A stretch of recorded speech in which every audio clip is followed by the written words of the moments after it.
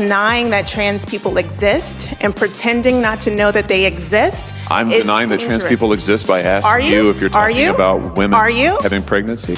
I think that, to be very honest with you, I do believe that we should have rightly believed, but we certainly believe. Crisis pregnancy centers, we need to shut them down here in Massachusetts, and we need to shut them down all around the country. I would be feeling like, do I even want to go back to America? And as unique as the breakfast tacos here in San Antonio. To be honest with you, I feel overwhelmed. What do you think about Hunter, your son? There's a video of him arguing with a hooker about how much crack he has. Holy cow, we've got a lot to get to today. Took yesterday off due to technical difficulties. So we're going to catch up on all of the things that we didn't do yesterday, including some of the crazy stuff that happened last night that we have to get to. Transphobia is apparently a thing in a Senate committee hearing. Joe Biden is facing questions about Hunter's leaked iPhone. Joe Biden and the taco thing. Inflation is up yet again, going the wrong direction. Elizabeth Warren, the Native American senator from Massachusetts, wants there to be lack of pregnancy centers and so much more. All that coming up on this episode of Daily Caller Live. Thanks so much for tuning in. Daily Caller Live starts right now. 3, 2, 1. Here we go! That might be the only brown guy on earth named Jobob. That is actually her name, Jobob. Live from the dingy bunker, completely cut off from the outside world, except for you fine folks. My name is Jobob. This is Daily Caller Live. On today, it is July 13th, the year of our Lord 2022. Holy cow, lots of stuff happened yesterday. Was in Phoenix, had some technical difficulties, wasn't able to do the show, but we had already prepped the show. So we have a bunch of clips from yesterday and a bunch of, that were supposed to air yesterday from Monday or over the weekend. And we have a bunch of clips from yesterday. So we have to get to it. It's just going to be a clip-o-rama of craziness that happened around the political spectrum, the news spectrum, and much more. If you haven't already, hold on. Check this out. So we started this clip off. This is how we started the show. This is a lot. This is a lot to take in. I don't know how much commentary we have on this because, when people say stupid things, best not to point out how stupid they are, lest they tell you themselves. I don't know if that's a saying or a quote. Maybe it should be. Maybe that's a Jobob original. Basically, when somebody says something so incredibly and astronomically stupid, just leave it there. Normal people can figure out how dumb it is. So just don't say anything. So maybe that's what we'll do. I'm going to play you this clip from a Senate hearing of a Berkeley law professor, and her exchange with Senator Josh Hawley regarding who can get pregnant. I don't know. Let me know in the comment section who you think that might be. If you haven't already, before I play this clip, would really, really appreciate it if you click the little like button or the little emoji button or the comment on this or the share button. Would really, really help us out. Any engagement on the post, especially on Facebook, really, really helps us continue to keep the ball rolling and doing what we're doing. So would really, really appreciate you just taking a quick second. Doesn't cost you anything. Just hit the little like button, share button, comment, whatever you think. Before we watch this clip, check this out. Then we'll talk about this caption I've got right here, this transphobic. All right, check this out. Professor Bridges, you said several times, you've used a phrase, I want to make sure I understand what you mean by it. You've referred to people with a capacity for pregnancy. Would that be women? Many women, cis women, have the capacity for pregnancy. Many cis women do not have the capacity for pregnancy. There are also trans men who are capable of pregnancy, as well as non-binary people who are capable of pregnancy. So this isn't really a women's rights issue. We can recognize that this impacts women while also recognizing that it impacts other groups. Those things are not mutually exclusive, Senator Hawley. Oh, so your view is that the core of this right then is about what? So I want to recognize that your line of questioning is transphobic, and it opens up trans people to violence by not recognizing them. Wow, you're saying that I'm opening up people to violence by asking whether or not women are the folks who can have pregnancies? So I want to note that 1 out of 5 transgender persons have attempted suicide. So I think it's important. Because of my line of questioning? So we can't talk about it? Because denying that trans people exist and pretending not to know that they exist. I'm denying that trans people exist by asking you if you're talking about women having pregnancies? Do you believe that men can get pregnant? No, I don't think women can get So you are pregnant. denying that trans people exist? And that leads to violence? Is this how you run your classroom? Are students allowed to question you, or are they Absolutely. also treated like this, where No, they're they're told allowed that to they're question. opening up people to Oh, violence? we have a good by time in my questioning? class. You should join. Oh, I bet. You might learn a lot. Wow, I would learn a lot. I've learned a lot I just in this know, exchange. absolutely. Extraordinary. Yep. So, yeah, I don't know how much I need to comment on that because I feel like the insanity is pretty self-evident. That was a professor at Berkeley Law, I believe her name is Kiara Bridges, testifying in front of the Senate. Josh Hawley said, hey, who can get pregnant? And we listed a litany of people and things. Here's what I think is going on here. Well, this will be the commentary, and I think this is a broader 30,000-foot view that I think is kind of developing in the culture. Have you ever gotten in an argument with your spouse and realize about halfway through that you're just dead wrong? I do it all the time. And also, to my wife's credit, if she knows that she's wrong, she'll admit she's wrong. We have a pretty good relationship in that way. But I know a lot of people that win in that argument with their spouse, significant other, friend. They realize they have a bad argument, and instead of backing down, they double down and make more bad arguments to cover up the fact that they're on the wrong side of this sort of thing. What I think is happening in a lot of your super liberal, intellectual, elite universities, institutions, is that people realized, oh shoot, we don't have a very good argument here, but we are smarter than all of those dullards in the middle of the country. I think that that's what they believe. And so they're trying to exert their elitist intelligence on the rest of the population by continuing to push a bad argument and making arguments in bad faith for some sort of self-grandeur delusion of I'm smarter than you and therefore I can beat you intellectually even with a bad argument. That's actually what I think is happening.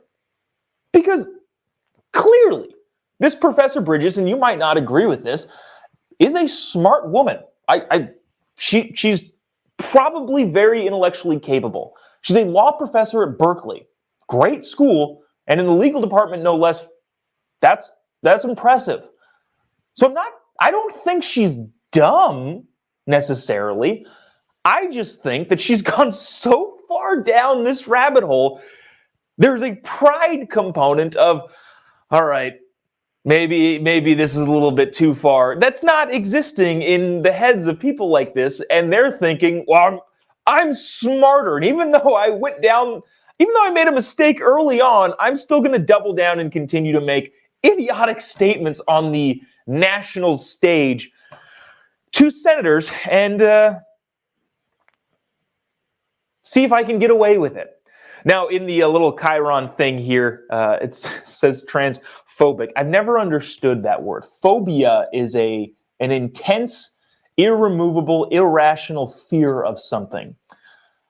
I don't know that people who disagree that biological males should be competing against women in sports are necessarily having an irrational fear of transgender people. I've never understood that. So when she says your line of questioning is transphobic, I don't get that. And also, last thing, just last quick thing.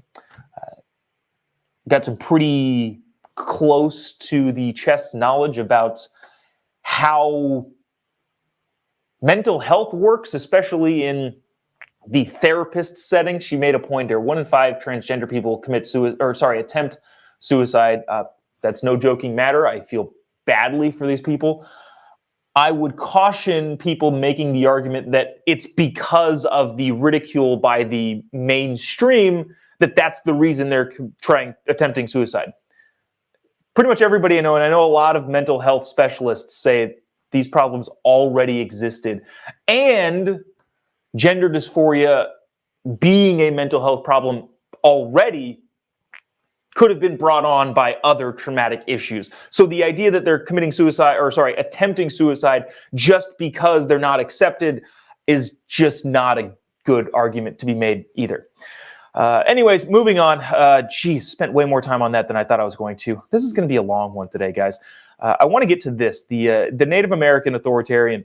Liz Warren, the senator from Massachusetts, known proud Native American, made some comments yesterday regarding pregnancy crisis centers that I thought were pretty dang bass-ackwards. Listen to this from the senator from Massachusetts. So pregnancy crisis centers, just to lay this out in case you don't know, are for pregnant women who may be financially struggling. And they say, here, let's try and help you out. What do you need? Let's see if we can find some housing for you. Let's see if we can get some clothes, toys, diapers, whatever it is that you need to sustain motherhood. Let's try and help you out. That is a pregnancy crisis center. Elizabeth Warren, as she will prove in this clip, is trying to eliminate those, which is a weird thing to be. That's a weird position to take and a weird hill to die on.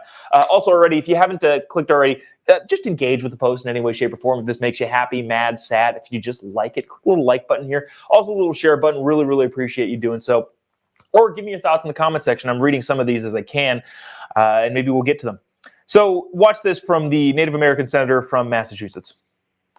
In Massachusetts, right now, those crisis pregnancy centers that are there to fool people who are looking for pregnancy termination help outnumber true abortion clinics by 3 to 1. We need to shut them down here in Massachusetts, and we need to shut them down all around the country.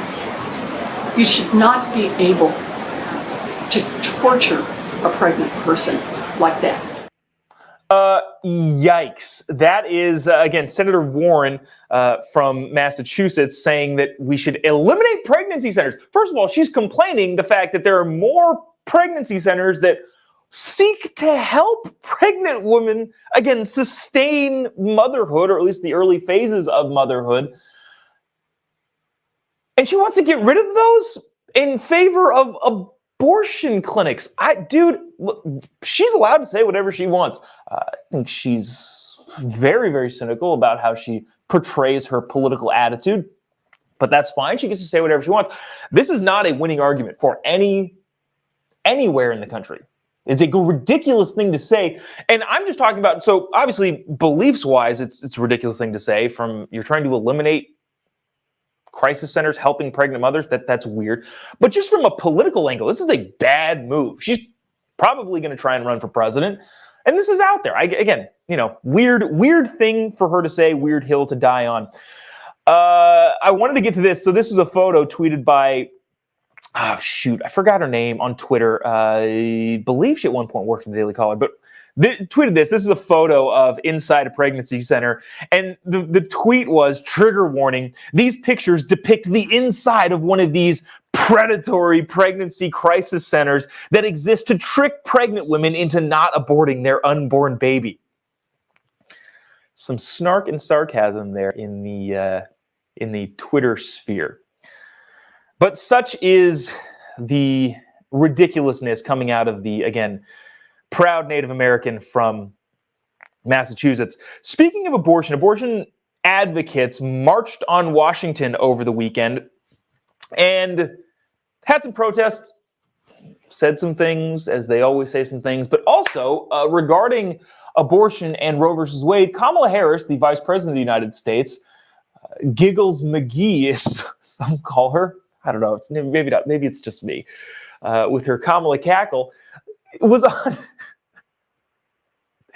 I'm sorry. I shouldn't laugh at my own jokes. Was on Face the Nation and had another Kamala-ism.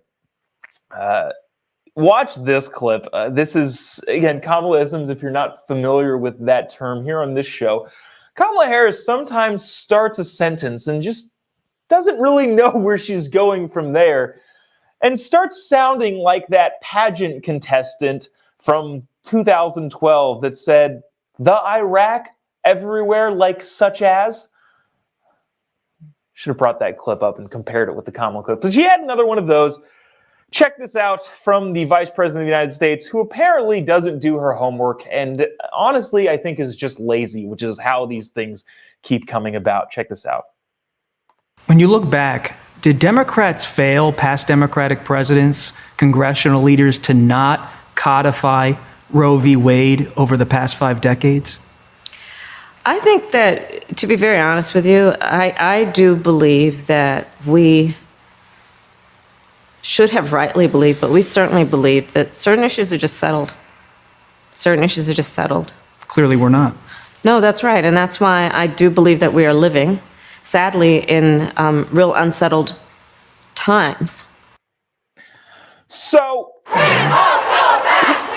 that's the next clip. Sorry, that played a little bit early. So, Kamala there on Face the Nation, I want to read this quote because it's better when I read it.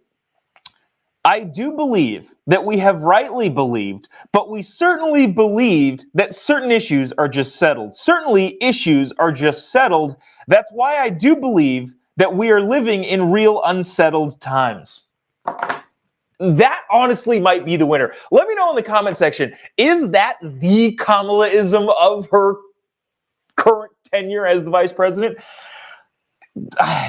The significance of the passage of time may show that this might not be the best one.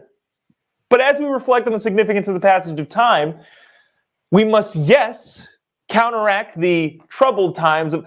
I'm trying to do my best Kamala impersonation. I can't think straight enough to think in the wavy line that she thinks. I don't know. In the comment section, is that the best Kamala-ism that she has? Maybe. Who knows? But this was also kind of interesting. She made a point when being asked. So, okay, just bottom line here. There's this whole argument of, should Roe versus Wade be codified in the Congress? What they mean by that, that's just the terminology being thrown around by the left. If you see this on Facebook or on Twitter, people saying, we should codify Roe versus Wade. You should understand what that means. What that means is that Congress itself passes a law that says abortion is legal to this date in any given state, and the federal law supersedes all of the state laws. Roe versus Wade basically said that the Constitution already gives the rights to people to have abortions across the state. The Supreme Court said, no, the Constitution does not say that, which is the overturning of Roe versus Wade.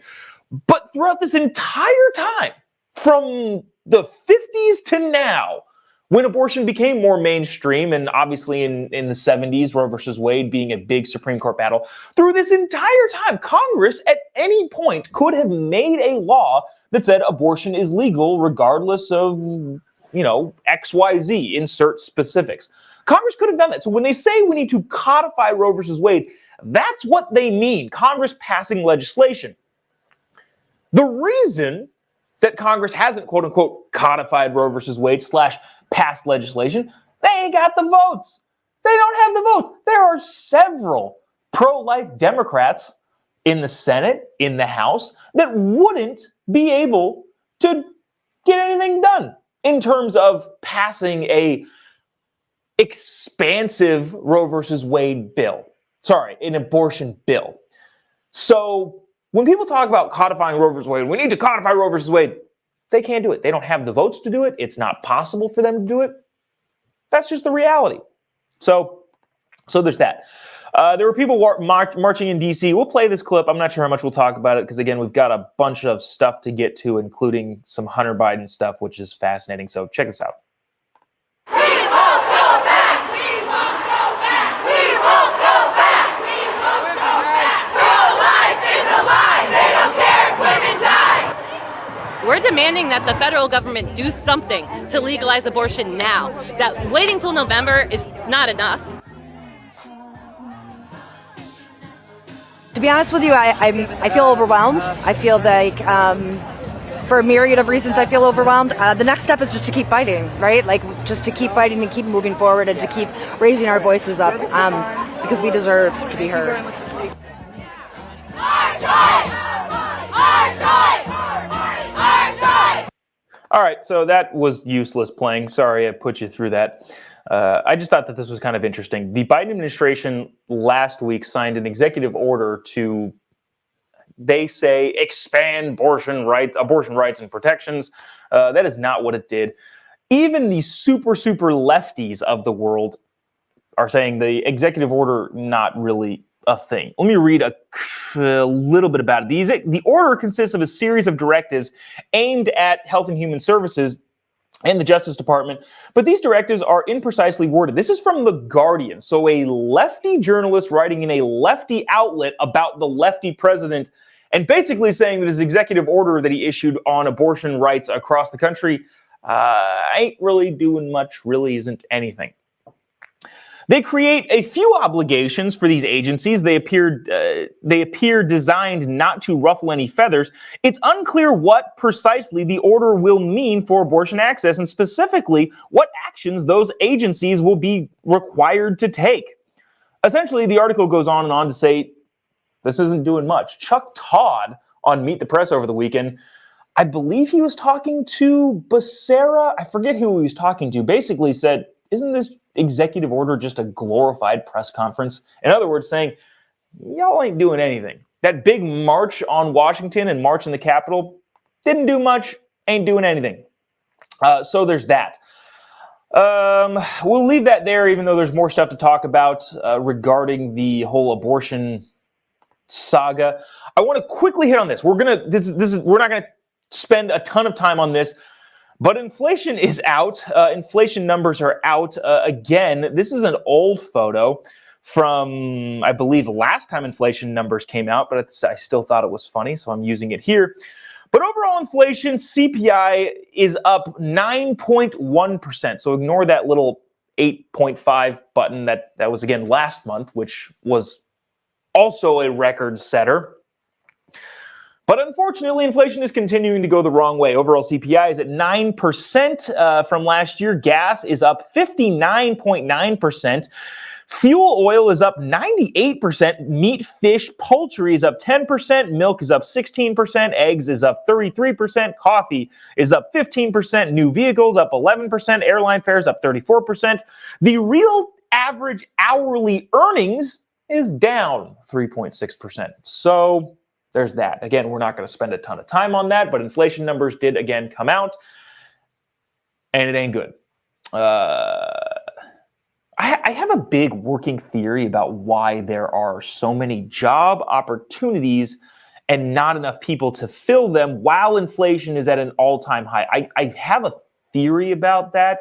I need to noodle it around in my head a little bit more, but I think it has to do with the fact that businesses were able to take down such big amounts of money at so low cost, with the interest rate being what it was, zero, that they just took out a ton of money and put it a ton into investing towards the future and hired a bunch of people that they didn't have beforehand, using money that is now worth more yesterday because inflation. I'll have to noodle this around in my head before I bring up that theory in full. But I think a lot of it has to do with the fact that businesses took out massive loans in order to hire people, and then those people went to those jobs, and that's why we're having a huge lack of workforce. I don't know. Maybe we'll see. Wanted to get to this. This happened a couple days ago / over the weekend. I told you on Monday that we were going to talk about it, but there was too much stuff to talk about on Monday, so we didn't really get to it. Hunter Biden's iPhone got hacked by users on 4chan. If you're not familiar with 4chan, they're an anonymous message board is probably a better or more adequate way to describe it. They're not 8chan. I believe 8chan is, that's a lot there.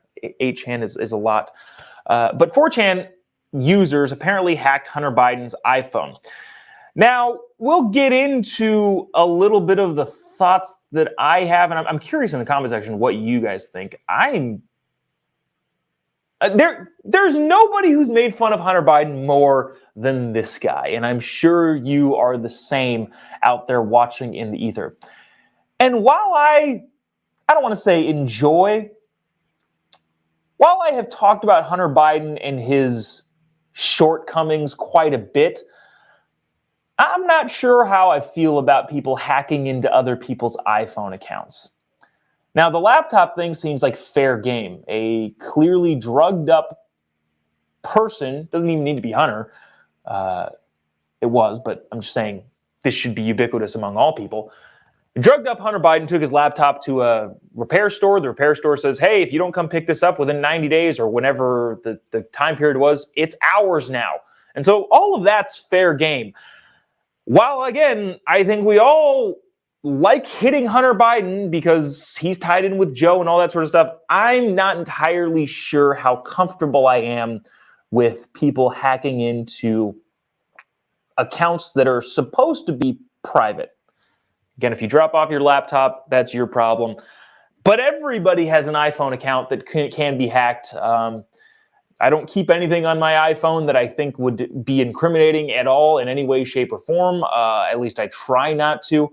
But even then, I'm very uncomfortable with citizens hacking into other citizens' data. So that's just me.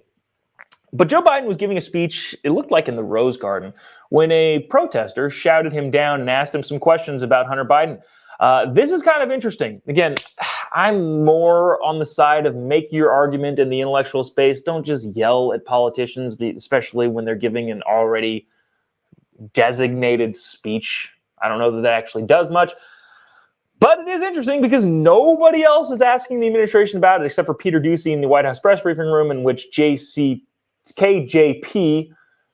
says, nah, I can't talk about it. So anyways, watch this clip. This is a protester asking Joe Biden about Hunter Biden's recent iPhone hack.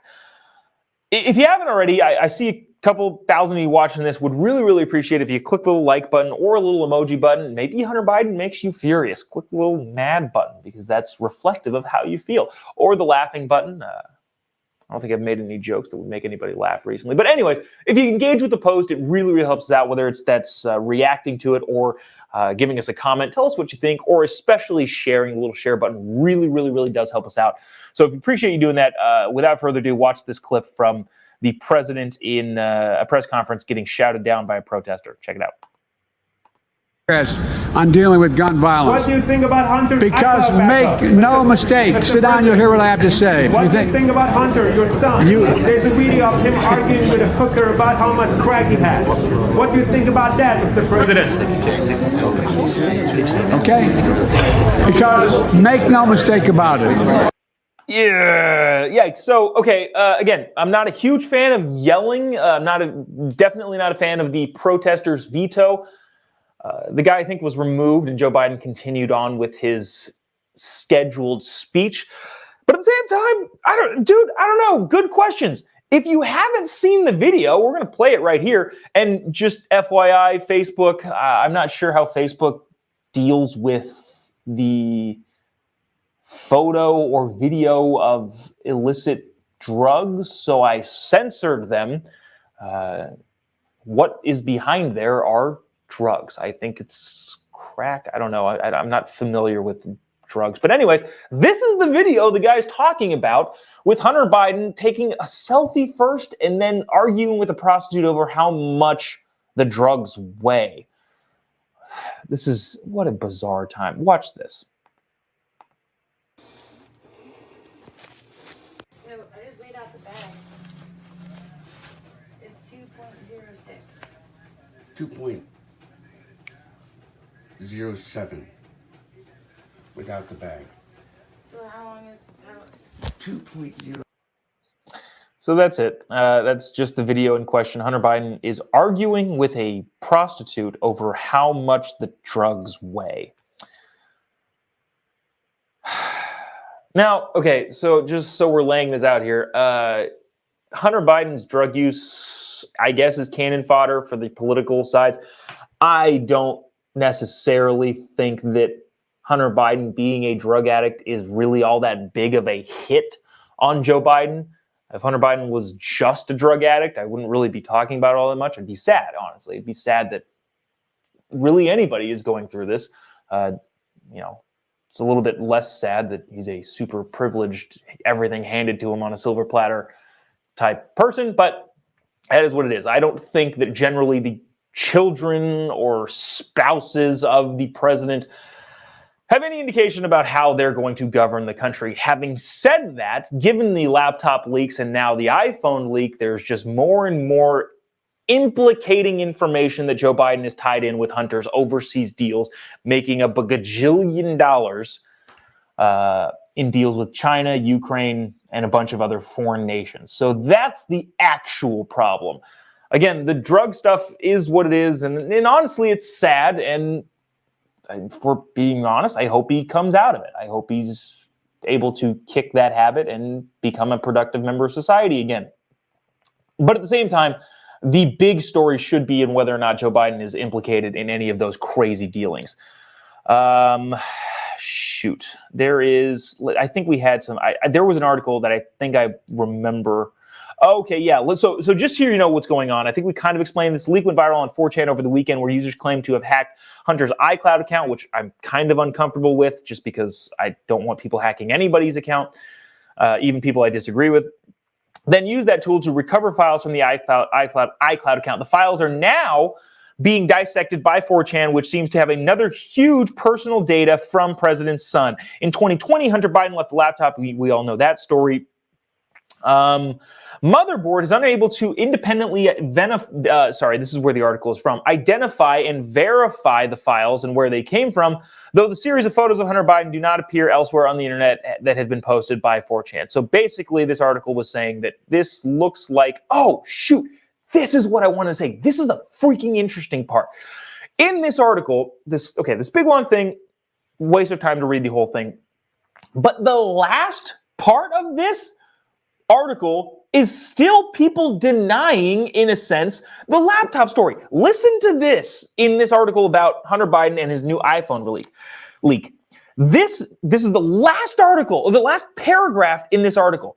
The new Hunter scandal comes almost 2 years after the New York Post claimed to have obtained a copy of the laptop belonging to Hunter from a repair shop in Delaware. Conservatives tried and failed to use the contents of the laptop to torpedo Joe Biden's presidential campaign. The alleged data contained emails between Hunter, his dad, and photos of him allegedly doing crack and fornicating.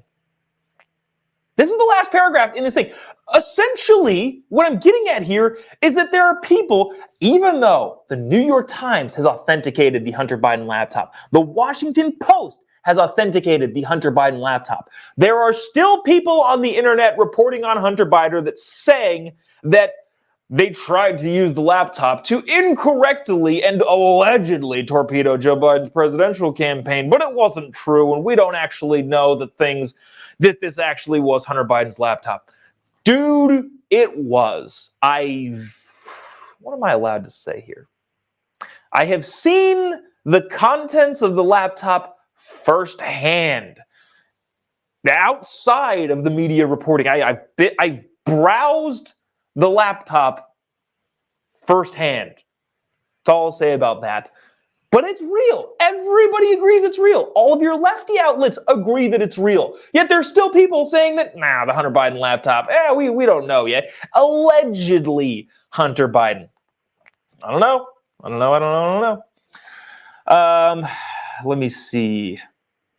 I want to get to well, okay, so here we go. Here's the more fun part of the show, I guess. We can talk about the Hispanic tacos. You know what? We'll save that for after this. This is really quick. This is floating around the internet, and I feel like you should see it because, I don't know. I feel like you should see it. This is LeBron James remarking in his barbershop series. I forget what the series is called, but this is the HBO series where LeBron James and a bunch of basketball players or people that they have on talk in a barbershop. It's actually a pretty insightful show. Here's the thing. I don't like hating LeBron James. I know a lot of you watching this may not agree there. But at the basis of it, LeBron James is an athlete and a business person. Seems like a relatively smart person. Again, I know you probably don't agree with you a lot, but I think a big thing, and culturally speaking, dude seems to be a good husband and a good dad. I don't know that. I'm not friends with him, but he seems like a good family person, regardless of his political beliefs. And so for that, I don't like hating LeBron James, and I wish he didn't do so many things to make me hate him. But LeBron James said in the barbershop thing something that's going to get so much play from around the internet and the conservative space. Check this out. This again is LeBron James. If you haven't already, click the little like button, the little share button. Really, really helps us out. Also, give us a comment what you think about King James himself with regards to Brittany Griner. Now, Brittany Griner is a WNBA star that's been in Russia in jail for like over 100 days. I have some thoughts about that, but just watch. This is like 10 seconds. Brittany Griner, she is in Russia. She's been there over 110 days. Now, how can she feel like America has her back? I would be feeling like, do I even want to go back to America? And that is the clip circulating around the internet. I don't know. Like, yes. Is it a dumb thing to say? Yes, it is a dumb thing to say. Of course, America is the freaking best. I don't want to...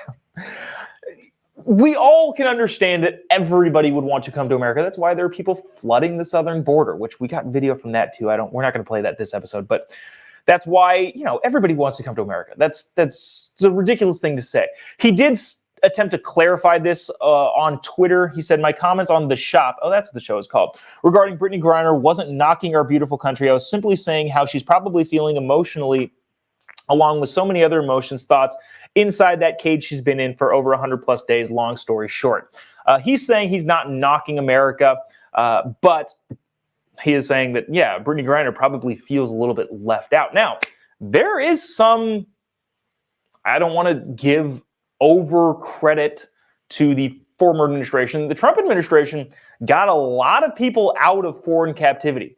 Got Jello Ball out of jail in China for stealing sunglasses. Got ASAP Rocky, I forget where he was, but got him out of jail and brought him back to the United States. It is something that the Biden administration hasn't been able to get an American citizen. I know we have feelings about Brittany Griner. If you don't know, Brittany Griner was one of those people that didn't want to stand for the national anthem, didn't want to come out of the locker room, all that sort of stuff. America's never great, all that sort of, that's her personality. But at the same time, she is an American citizen, and it is interesting how well the Trump administration was able to negotiate with foreign powers to get Americans back to the United States, and how the Biden administration isn't able to do that. Again, I don't know, I'm just kind of curious. But you're going to see that clip of LeBron. People are going to freak out over it. Was it a dumb thing to say? Yes, and I think he's just kind of speaking extemporaneously, and I don't know. Maybe he does hate America. I don't know. I don't think he does. I think he's just a basketball player who doesn't necessarily think about geopolitical implications all that often. That's just that. We will end it on this. This was a clip from a couple days ago. Diversity tacos. Hispanics are as diverse as tacos. Jill Biden was getting a lot of flack the last couple days about speaking at this rally. I don't know what this is. What is this? Unidos US, it looks like. So she was speaking at this thing and compared Hispanics to being as diverse as tacos. Now, we'll play this clip. There's a couple things she got wrong here in her pronunciation. But we'll play this and we will rock and roll. Raul helped build this organization with the understanding that the diversity of this community, as distinct as the Bogotas of the Bronx, as beautiful as the blossoms of Miami, and as unique as the breakfast tacos here in San Antonio, is your strength. All right, so a bunch of people are outraged over the diversity tacos comment. Hispanics are as diverse as tacos. I think a bunch of people that I know were making fun of this all of yesterday. I don't care. I don't feel like pretending to be outraged by the diversity tacos thing. What I am outraged over, though, is her pronunciation of bodegas. I've never lived in New York City, but I know what a bodega is. What did she call it? Bogota? Bogotas. The Bogotas of wherever, she said. Who pronounces it like that? And also, Jill, Dr. Jill, when you have been made fun of so much for mispronouncing things, maybe try and make sure you get those words right with your team before you get up to speak. The Bogotas, reminds me of when she tried to say, si se puede. If you have a track record of saying puede instead of si se puede, and bogada instead of bodega, maybe make sure with your team that you're going to pronounce things right. If you have a track record of that, maybe it's good to do some homework. So, anyways, Manuel says bodega. Muy bien. Gracias. Yeah. Let me see if there's any comments here that was anybody actually upset about the diverse tacos thing? I don't know. I just thought it was dumb. I am not outraged by the fact that she's talking about that. It's actually just dumb. Actually, you know what? Here, let me dispel some vocabulary information here. I didn't hear her use the word Hispanics, but a bunch of people use the word Hispanics about diverse tacos. Everybody's upset about that. So there's two terms here: Latinos and Hispanics. They're actually different. Do you guys know what the distinction is? Actually, in the comment section, let me know if you know what the distinction is. Time's up now. I'm going to tell you. The distinction between Latinos and Hispanics are geographical. Actually, one is geographical. The other is cultural. Latino is used to describe somebody from Latin America, so Central or South America, basically Mexico on down.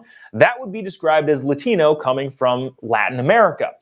Hispanic, on the other hand, is of Spanish culture, which language is a big part of the culture. So any of your Spanish-speaking countries, South Central America, would be included in Hispanics, but also Spain is included in Hispanics. So who isn't included in Hispanics also, not coming from a Spanish background, is Brazil, because they speak Portuguese. So Latino includes Brazil and not Spain. Hispanic includes Spain, but not Brazil. Now, that's actually the distinction there when we're talking about things, which is only interesting in the fact that we're relating it to tacos. If people are saying Hispanics are as diverse as tacos, what you'd essentially do is include Spain in that conversation, and probably the area in which Spanish culture permeated from, which does not have tacos native to Spanish culture. Tacos were only brought to Spain when corn was brought back from the Americas, when Spanish expeditioners brought it back.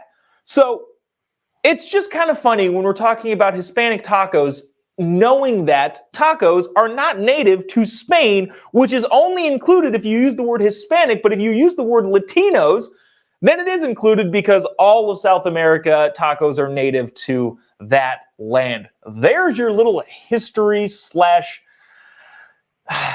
vocabulary lesson. I don't know if that was interesting at all, but you know, is what it is. By the way, the whole Latinx movement, I see a couple of comments being Latinx, ha ha ha. Yeah, Dave said Latinx. The whole idea of Latinx is funny. Nobody uses Latinx, especially in the Latino community. I think like 4% of Latin Americans use the term Latinx, and like 20% of them have ever heard of it. And the overwhelming majority of Latino people look at Latinx and go, "What? That's dumb. That's an incredibly stupid thing to say or do." Anyways. Holy cow, yeah, we went a little bit long today. Appreciate you sticking around, tuning in for the entirety of the show. We had a lot to get to, especially with our technical difficulties yesterday. So really appreciate you sticking around and engaging in some way, shape, or form. Again, if you haven't, last time I'll say this, give the page a follow. If you haven't already, click the little follow, like page button or whatever that is so you get all this sort of stuff. Notifications, you can turn notifications on anytime we do go live, usually around the same time each and every morning, Monday through Friday. Also, click the little like button or a little react button, the little heart button, the angry button, the laughing button, the care button, the sad button, whatever button that you feel is appropriate for your emotions right now. Go ahead and click that or engage with the post in any way, shape, or form. Let us know what you think in the comment section because that really, really does help us out. Just let you in on a little secret here. The algorithms work in such a way that the more people engage, the more people it reaches. So if you think that people need to hear the truth in less of a hardcore news way, Would really appreciate you engaging in some way, shape, or form. And if you feel really inclined, click the little share button. It doesn't cost you anything. Just really, really helps us out. So appreciate you doing that. If you haven't already, give me a follow on any of your social media platforms. Just type in Jobob. You'll be able to find me. Social media, and Instagram, Facebook, YouTube, Twitter, Getter, Truth Social, all of the rest of those. Just type in Jobob. You'll be able to find me on any of those platforms. That's going to do it for us today. Thanks for sticking around longer than we normally go. We had a lot of clips to get to, and had a fun one. That'll do it for us. Thanks so much. See you tomorrow. God bless America.